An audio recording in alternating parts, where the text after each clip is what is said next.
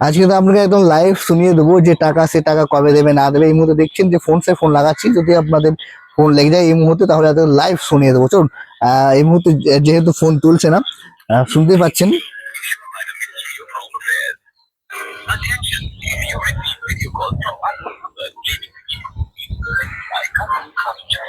এখনো অব্দি ফোন তুলেনি, যদি ফোন তুলে তো একদম লাইভ শুনিয়ে দেওয়া যাবে যে এই মুহূর্তে যুবশ্রী প্রকল্পে যে টাকা সে টাকা কবে দেবে না দেবে।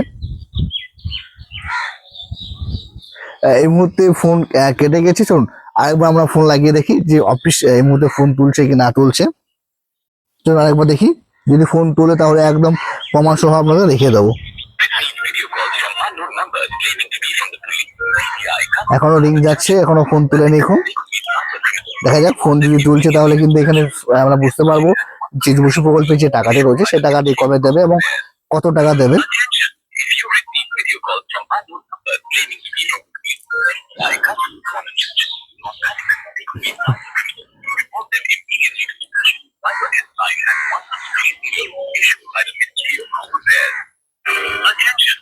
এখনো রিং যাচ্ছে, যাই হোক এখনো ফোন কিন্তু লাগছে না বা ফোন তুলছে না, যাই বলবেন। টোল ফ্রি যে নাম্বার আপনাদের মেন যে অফিস সেই নাম্বারে এটা ফোন করছি আমরা, কিন্তু এখনো অব্দি যে ফোন সে ফোন কিন্তু তুলছে না। তো আরেকবার কেটে লাগিয়ে দেখি ফোন তুলছে কিনা।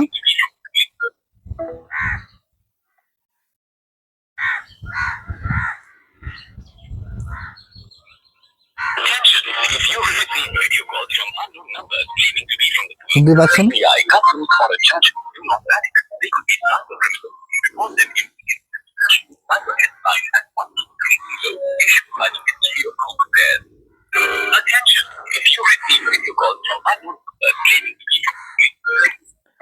তো এই মুহূর্তে যে ফোন অফিস কিন্তু এই মুহূর্তে ফোন তুলছে না। এখন যদি ফোন তুলতো তাহলে আপনাদেরকে প্রমাণ সহ দেখিয়ে দিতাম যে যুবশ্রী প্রকল্পে যে টাকা সেটা টাকা অফিস কি বলছে, ফান্ড আছে কি নেই বা টাকা দেওয়ার সম্ভাবনা আছে কি না আছে। কিন্তু যাই হোক অফিস যেহেতু ফোন আপনার রিসিভ করলো না বা ফোন লাগলো না যেটা বলবেন।